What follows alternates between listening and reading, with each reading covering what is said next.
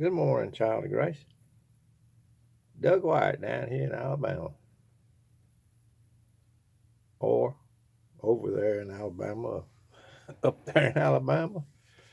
Uh, how's everybody doing? Or you might know me as Beginning to See. That's one of the name of my channel, cause I got that name from in my old age.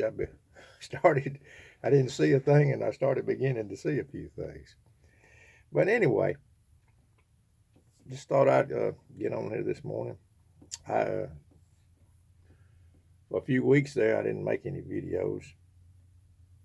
I had a big pine tree fell down over my barn out there in the back. Had a uh, bunch of kid stuff in it and baby beds and all kind of things that were ruined, and it was kind of mixed in with a rotten tree and leaves. It's been out there for years. But here just recently, I have had some time off, so I could go out there and try to get it in a more organized fashion. I didn't really get rid of it. I just got it got it up. But anyway, that's what I've been doing for several weeks. But anyway, also I take a break sometime from this video making. Sometimes I have to prove to myself that it's not just vanity that I do these things. Because every time I look at my it's all my picture up there. Uh, but you know what, brother and sister? I was reading this morning. All is vanity. As much as hard as we try to get rid of it. I was reading over in Ecclesiastes. Just read that sometime. Read the first. You just read on through it several chapters. Get over there uh, to uh, where it says uh, all is vanity. The preacher said all is vanity. We go down to the earth, we die just like the our enemy. Our enemy. You ever think about this? Our enemy, God is keeping the blood going through that our enemy's veins, and it's hard pumping, and we die just like they die. You know, uh, we die just like they die. What advantage have we over them? So, no, in my life, I have been vain. All is vanity, brothers and sisters. The preacher said, all is vanity. All is vanity. Uh, Paul said in the 7th chapter of Romans, "O wretched man that I am." He knew too, brother and sister, that he was no better than the vilest heathen, because it was all by grace that all 100% grace and 100% mercy that God populates his heaven. But anyway, I don't know. Sometime you get a chance, read over there in Ecclesiastes. All is vanity. To everything, then he goes right into it. To everything, there's a season. Time to be born and time to die. Brother and sister. And oh, it has something in here. Let me read this.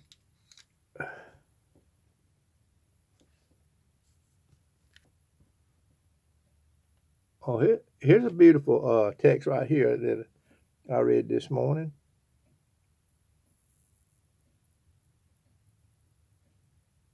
He cometh forth out of his mother's womb. Naked shall he return and go as he is came, and he shall take nothing of his labor, which he may carry away in his hands. In other words, that's just like what Job said. Naked came I from my mother's womb, naked shall I return. He said, if we didn't bring anything into this world, we're not going to take anything out of this world. So that should help us get our priorities in order. And nobody is nobody is without some vestiges of sin in their bodies in this mortal uh, vessel of clay. It's only here for a short period of time in this time world. So God is in control. He's sovereign. He made everything. Uh, there's no way we can figure out all the. He's bigger than us. We can't figure out the everything that's going on. All we can do is live. What did it say? Live and be happy with what He's given us.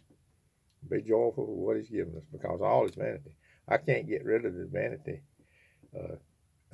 that's in me, because it came with the fall of Adam.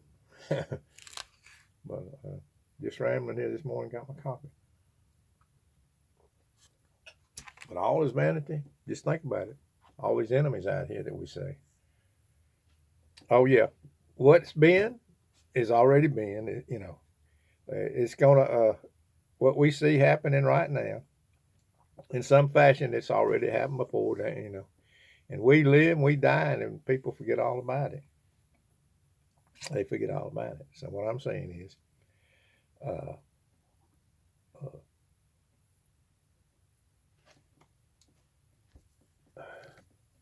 oh, this is what I wanted to share with you this morning over here in Ecclesiastes 3 and 11. He hath made everything beautiful in his time. Isn't that pretty? Also, he has set the world in their heart, the world, so that no man can find out the work that God maketh from the beginning to the end. So that all these people trying to figure out this, all these particulars about God's creation, you know, they might as well relax, because we're not ever going to figure out all about God. He's too big. He's just too big. And next time we're thinking about our enemies, we ought to pray for them. You know, pray for them, because in our government, pray for them. I know that they're evil. I know they are. But like I said, like he tells us, he's going to judge everybody. He's going to judge the righteous, and he's going to judge the evil. He's going to judge the sheep, and he's going to judge the goats. In fact, I think he judges his sheep in this particular lifetime, you know, but there's a time and a place for everything, brothers and sisters. There's a time and a place for everything. And he's a good God, and in his time, he's going to make all things are going to be made beautiful. Just think of that. You read that? He hath made everything beautiful in his time. There's a time, brothers and sisters, and there's a season to what's going on right now. That's happening in our world. And we don't need to get caught up in it too much, you know, because there's a season for everything.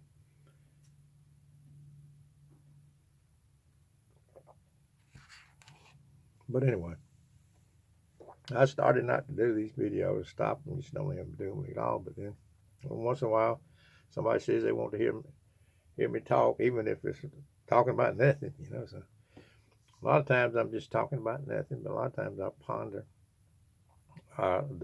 our condition, and I've taken from a lifetime of error, trial and error.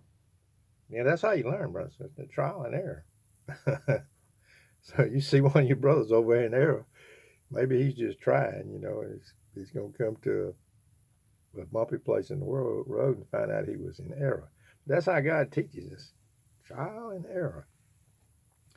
But what I discovered is that everything that everybody has some vestiges of sin. If you read over there in Romans 7, Paul talks about it. Things that he didn't want to do, he finds himself doing. And if we think we're better than, if we think, you know, wisdom Knowledge puffs up. When you get knowledge, I tell you what, these people over here, they say, well, we got something these folks hadn't got over here, and then they get all puffed up, and church people, we know something you don't know. But I've discovered this, that the Bible in the wrong hands can be the letter that kills, brothers and sisters. The Bible, sometimes it contradicts itself. Everybody says, no, it doesn't contradict itself. Well, it does too. One time it'll say, in certain places, it'll say, grace, grace, grace, and then it'll give you something to do. And if people that the old devil knows that, and he uses those people. I'll give you for instance. I use this a lot in some of my other videos. Pluck out your right eye and cast it from me, or be perfect. Jesus talked like that. Some preachers take that and run with it. Say, tell me it doesn't contradict. If it's by grace, by the mercy of God, how can it be that you got to pluck your right eye out? Well, here's what I think. I think to rightly divide that, the Spirit of truth has to tell you what Jesus, the situation in which it is used. And I believe the situation in which that particular text in Matthew 5, I think, where it gives you a multitude of things that you can't do, that you've already done, and it's too late, he's telling you right there, through the Spirit, he's telling you that it's already too late, brothers and sisters. It's all by 100% according to his mercy that he populates his heaven. And in my view, he's chosen a great multitude that no man can number. That's the good news, brothers and sisters. But so don't tell me that the Bible doesn't contradict itself. In the wrong hands, it contradicts itself. Used by the enemy, or just plain ignorant children of grace, it contradicts itself. Because in one hand, it'll give you something to do. Go do this. Then on the other hand, it'll say, it's according to his mercy, which is nothing today. So don't tell me it doesn't. It's has to be rightly divided. And the Spirit of truth has to reveal it to you. People they read the Bible and say, I'm confused about this. They just put it down. I did it for years. But then the Spirit of truth came and started showing me that, started showing me these things. Well, I decided I'd start making some more videos here. Not because I think anybody's watching them, but too much. But my hope is not by vanity. For all is vanity. You can try and knock yourself in the head, go without eating, but brothers and sisters, there's going to be some vestiges of sin until you leave this mortal body. He doesn't want you to sin. That's the goal. Let's sin not. But the Bible says that it's going to happen in Romans 7. It's going to happen until you leave this body. Who's going to deliver you? Jesus Christ. The only way we're going to get out of here to the glory world is for him to do some other miraculous things which we have no say in. But anyway, running up on my time here. And I didn't say a thing as far as I know. I just got on here and I'm trying to obey the leading of his Holy Spirit. And but anyway, appreciate all the comments that people put, because that kind of gets me going. Peace and love from this old boy down here in Alabama.